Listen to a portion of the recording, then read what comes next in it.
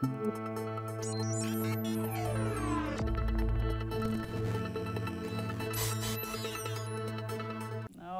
to this LEX 18 digital conversation. I'm Dia Davidson. Our guests today are taking to the skies with drones to help improve and further the economy of Eastern Kentucky and possibly even the entire state of Kentucky. So I want to welcome Bart Massey and Chris Stiles here. Thank you so very much for joining me.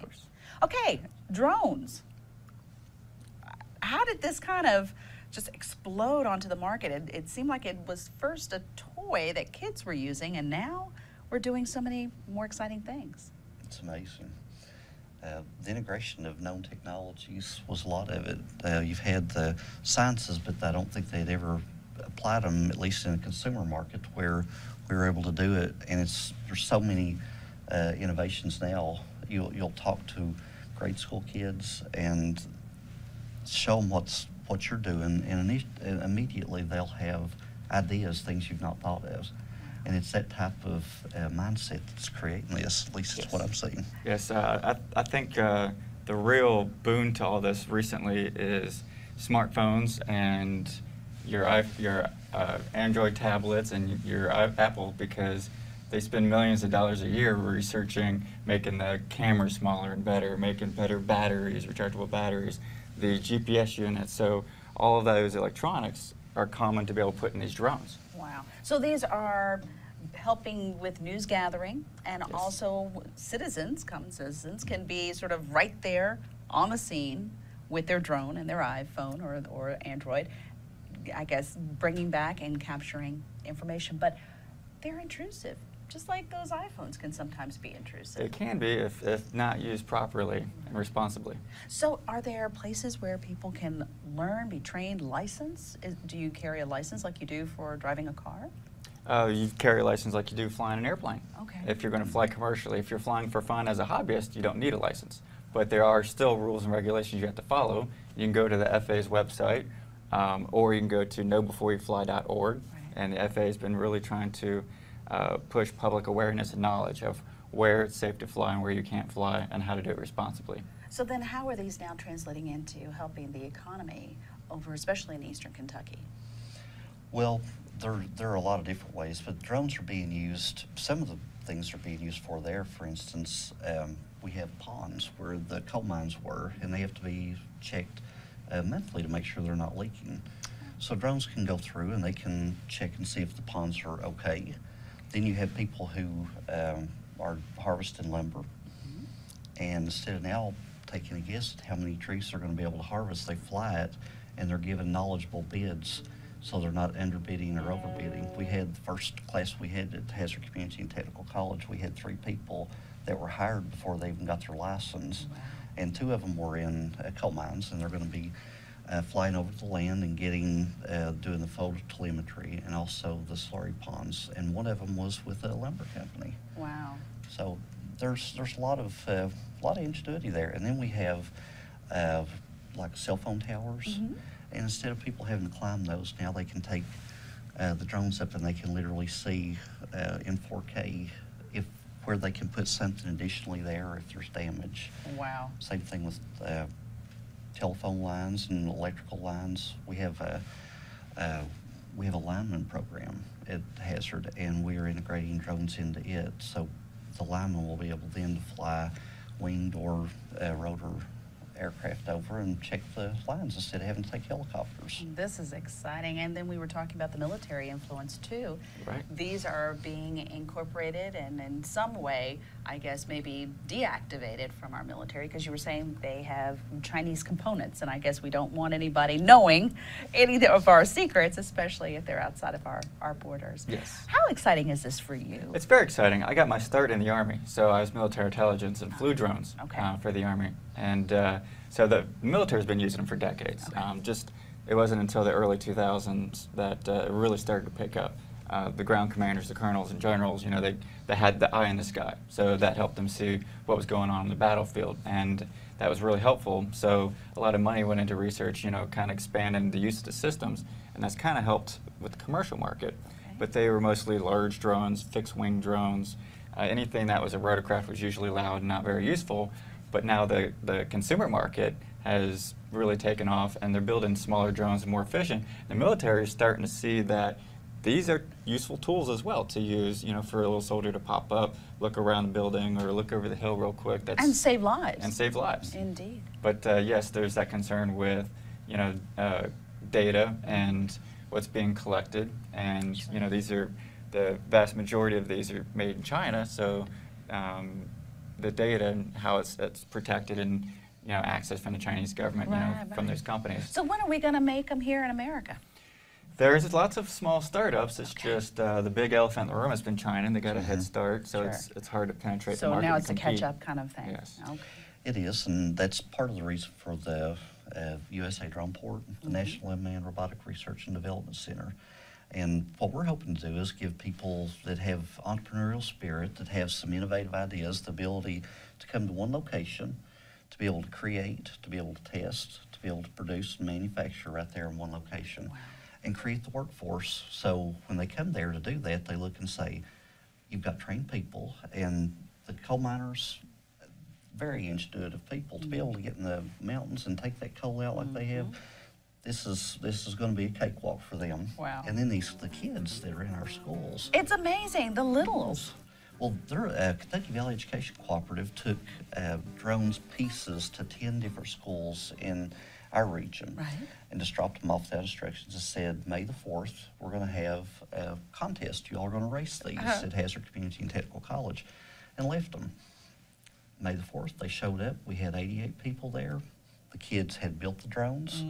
They raced the drones. We have video on YouTube, and it was amazing. And I mean, they were so excited. And one of the gentlemen that was from, I think it was Owsley County, was going to quit high school. And when they brought the drones and everything in, it was at Christmas, he decided he was going to stay with it. Now he's decided to go to college, and he wants to be in this. So, I mean, there are stories like that. Oh, yeah. And it's amazing. Indeed, indeed. I can see the love that you guys have. Not only, I guess, because you can be like big kids playing them, because they're really easy. Do you mind demonstrating how one of them actually can fly? Sure. Okay. Go ahead. This little guy is really responsive. Okay. I don't mind flying. This one's not so much. So Okay. I keep it outside. Okay. That's good. All right. This and is it's just a handheld? Okay. I'm sorry. It's just a handheld unit? It is, and you can turn the pad on where you can see everything that it sees. It's got a 4K video camera. Oh, wow. And it's got sensors as well, so it doesn't run into things, which I don't take it for granted. I still try not to run into things myself. Exactly, exactly. Wow. Woo. Woo.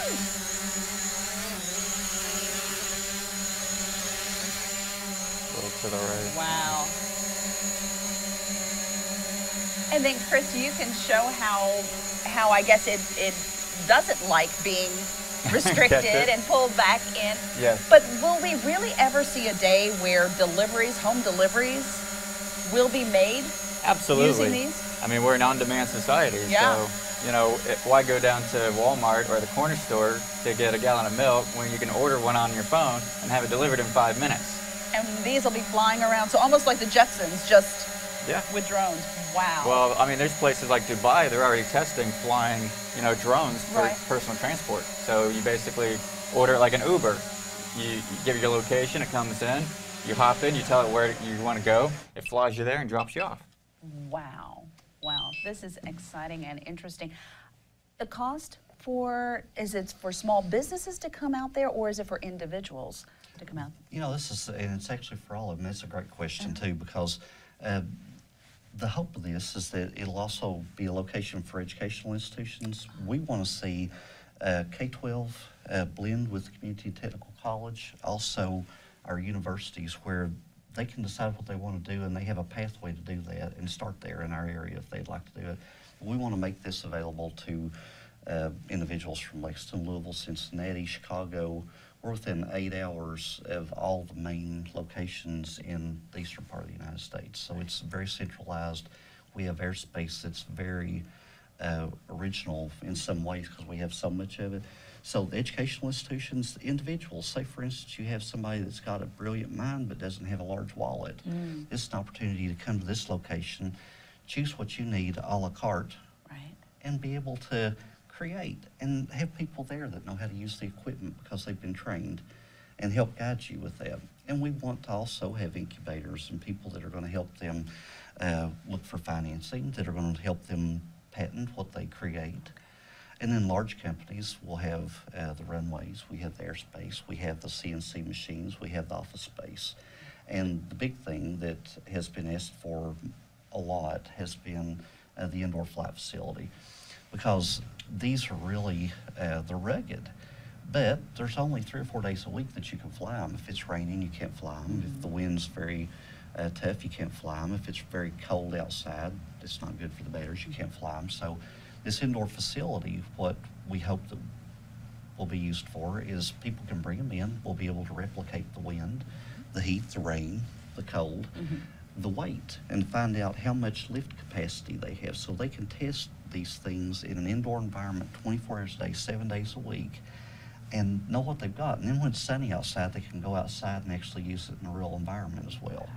So as you can see with what we're looking at on the television, the large building is the indoor facility, and they'll be able to go out and use the drone pads, and they'll be able to test them. They'll be able to use if they want one office with one computer, they can do that. If they have a group of people, they'll be able to rent a larger square foot.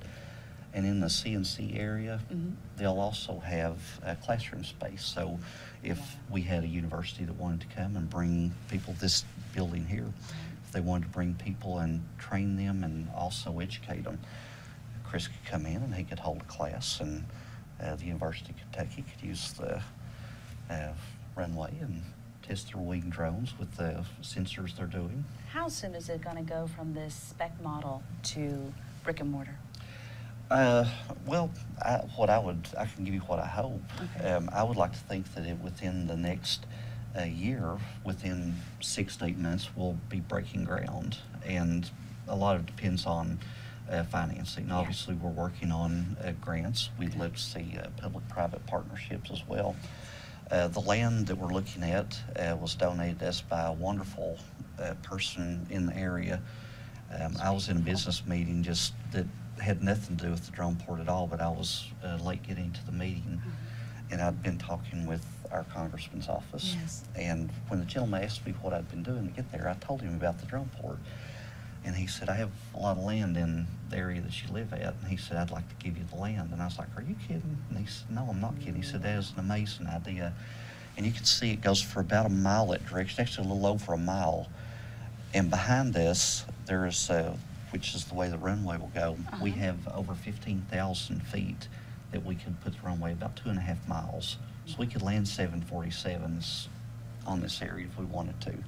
So if we had a large company that was looking at doing shipping or looking at doing some testing of large aircraft, which may happen when the airspace changes from manned and unmanned aircraft in the same airspace, we have a location that's not very populated and has a lot of land for them to be able to do that. Wow, gentlemen, this is exciting, and I'm sure you can't wait to get those eager individuals into the classroom so that you can share your knowledge and experiences as well. Thank you so much for stopping by and showing these. These are so much fun, and I want to thank you for watching this LEX 18 Digital Conversation. Be sure to follow us on lex18.com for more digital conversations. Until next time, I'm Dia Davidson.